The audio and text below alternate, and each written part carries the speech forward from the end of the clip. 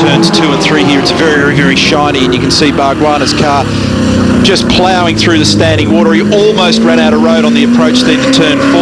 But when you get to the other end of the circuit down here at the hairpin turn 5, you'll see a very noticeable change in the track surface. You see there it changes to the old surface, and in the braking area, the grip level beneath the car varies. Here, where the car is at the moment, one level of grip.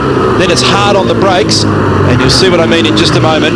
When you get right up to the top there, you see that the track goes all shiny. Different level of grip available there because of the resurfacing over the years, and that's very, very difficult to judge in this one-lap shootout. Standing water there, not far past the exit of that hairpin as we get through this S-bend that comes up to the final of the 7 turns, and another resurfaced section where there's been a lot of bumps, and there it is as they get through a lap here for the first time in the shootout. It was a pretty good lap. He pushed hard and very, very wet conditions. A 67.6. 10th in the championship after the first couple of rounds.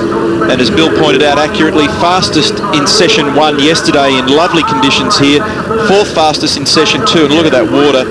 9th in qualifying, obviously, because he's second out now. And then in the warm-up this morning, if you could call it a warm-up because it's just absolutely howling, it was position 20 for John, but he's quicker than Bargwanna at the first split by 0.8 of a second, and that'll all be due to the fact that Barg's almost slithered out of road down there in the approach to 2-3. 6th gear approach, still getting to just on 260 odd Ks at the end of this back straight. We call it a straight, but it's got a fairly hefty kink in it.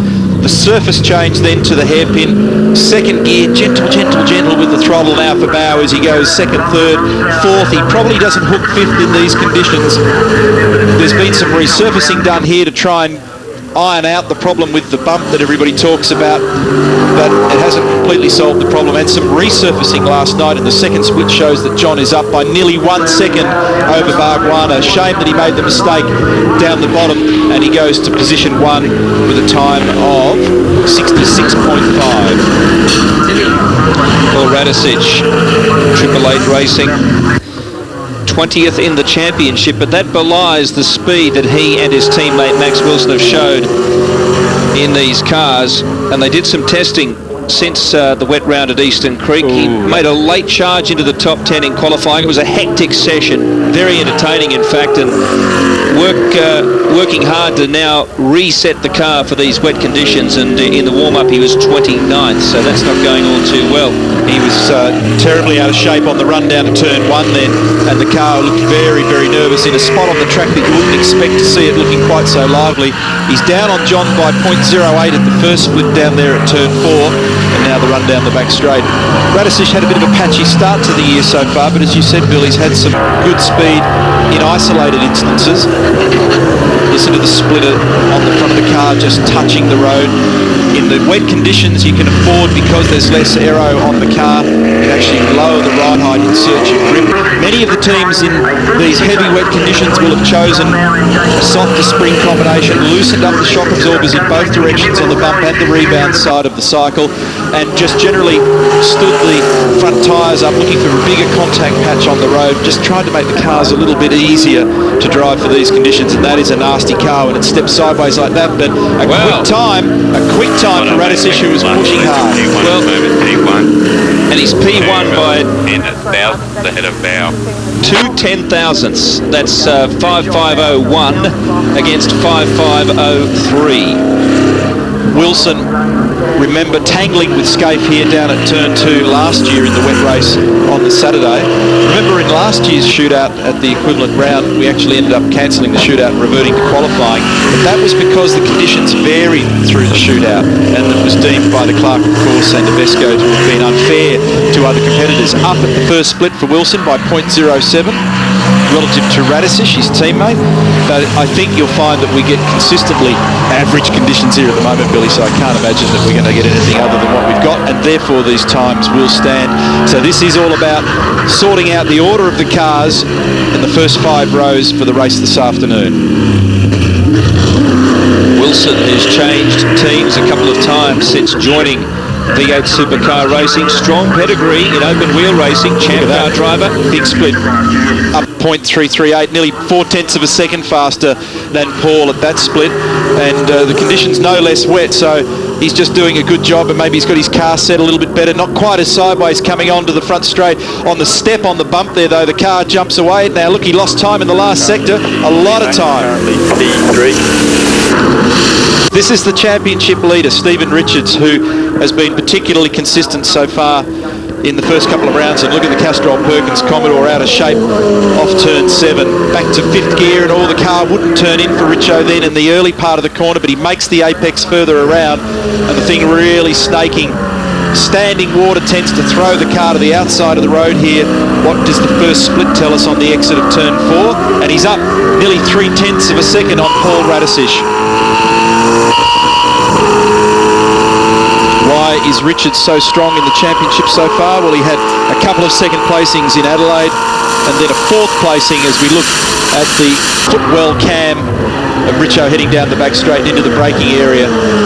4th placing at Eastern Creek in those treacherous conditions, so being there or thereabouts at the pointy end of the field has put him in charge of the championship, and he's up now half a second on Radisich on the exit of the hairpin. Well, bear in mind, we've just seen 3 Fords go round, and it looked like the Holdens were generally faster in the wet in today's warm-up, for what it's worth, so we could see a bit of a reduction in times here as once again the car shakes.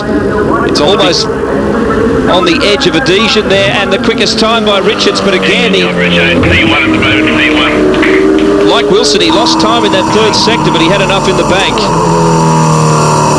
It's very slippery. Through turn 1 there. Yeah, she's a little bit slippery out there. It's a real battle to get power to the road off the hairpin, and the drivers just gently apply the throttle, really trying not to make the car break into wheel spin. That's where the time goes. And then on the surface change here, Bill, as you come through turn 7, you can see that surface change. It's really diabolical because the car just goes from one condition to another, and then there's another surface change with a bump right here, and that's upset a number of the cars. There's the order.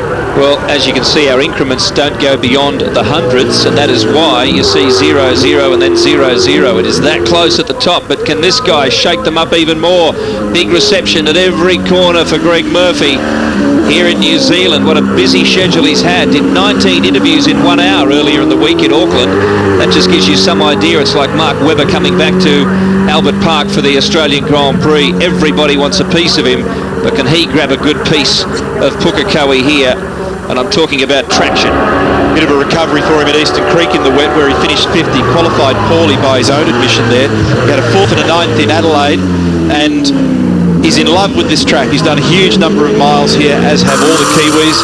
They've got good intimate knowledge of the way the track functions, and he's traditionally been able to set up his car very well here. Ambient temperature at the moment 17. Not unnaturally, the track matches that number at 17, and it's still just as wet now as it was at the start, so we're seeing a fair indication of how they all match up to each other in their setups. Murphy's 4th in the championship at the moment and goes to the top in a 65.26. Great job, he won by 1.3. Big margin, huge margin. 1.31 I think 0.310. No, 1.3 seconds. So Murph's computing going, oh, hang on, that's all right. We don't hear that terribly often. 21st in the championship is Todd Kelly with only 153 points, remembering that Stephen Richards has got 360, and it's time now for his run yesterday. Virtually matched the time set by team owner and leader Mark Scaife, and needs a strong result this weekend, and the car nasty through turn 1 with the standing water just at the apex. It sits in the crevices of those ripple strips, Billy, and it's so difficult to get the car to grip up at the critical moment. He actually tangled with Marcus Ambrose in the warm-up this morning on the exit of turn 4 and half spun the car and dislodged the front wing on the car. shades of Eastern Creek, where he was off the track, and as he re-entered the race, a couple of cars collected him. One of those was Jason Richards, in fact, which ended Jason's excursion, and he was going reasonably well to that point. So Watch for a good performance today from Jason, the local, who's not in this top 10, of course. It's a 0.8 down. It's the middle diff ratio here, the 3.5, and at 7,500 revs at the end of the back straight with that diff ratio, you've got 268 Ks, and that's exactly what Todd had there. He was on the 7,500 rev limiter. He's not looking good on the splits relative to the Kmart entry of Greg Murphy.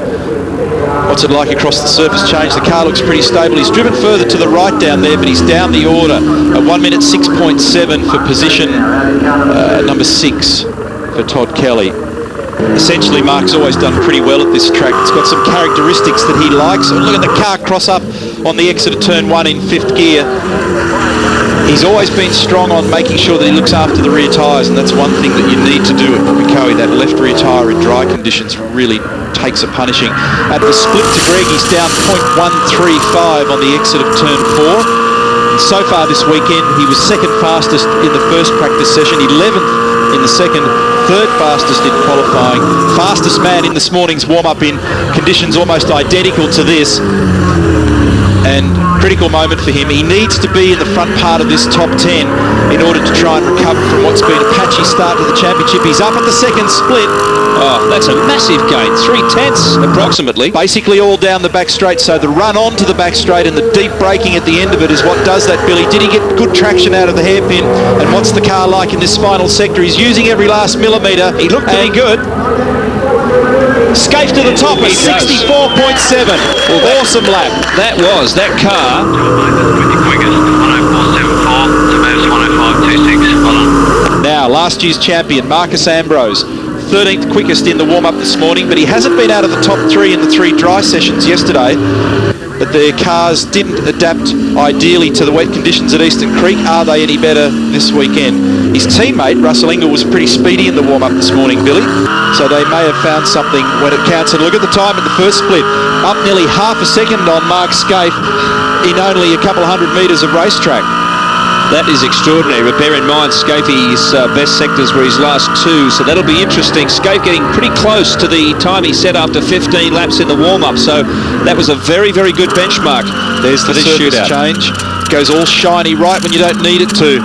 What's the second split tell us on the exit of turn 5? Well, slower yes, by nearly 0.2 of a second. So Scaife did an amazing job under brakes at the end of the back straight and came onto that back straight with the right kind of pace. So Marcus dropped a bit of ground there. Last sector. Can he regain the momentum through one of the toughest parts of the circuit?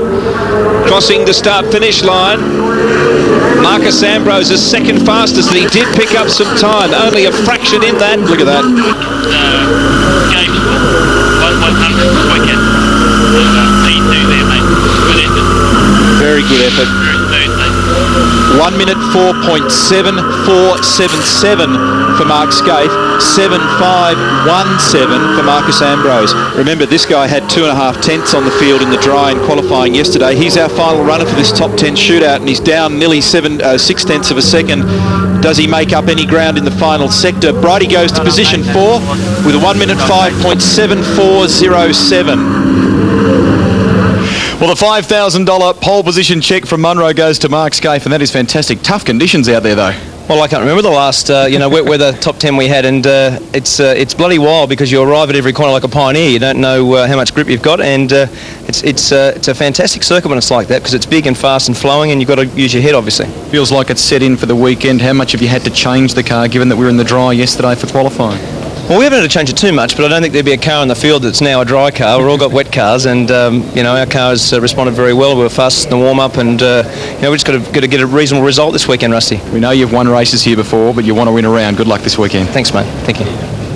Recapping that top 10, Scaife and Ambrose, well, they're in a class of their own, really, in that shootout. A half a second on Greg Murphy, but then the increments not too big. To Jason Bright. Stephen Richards quite a distance behind, and the rest of them very, very close really before you get down to Jason Barguana in 10th position.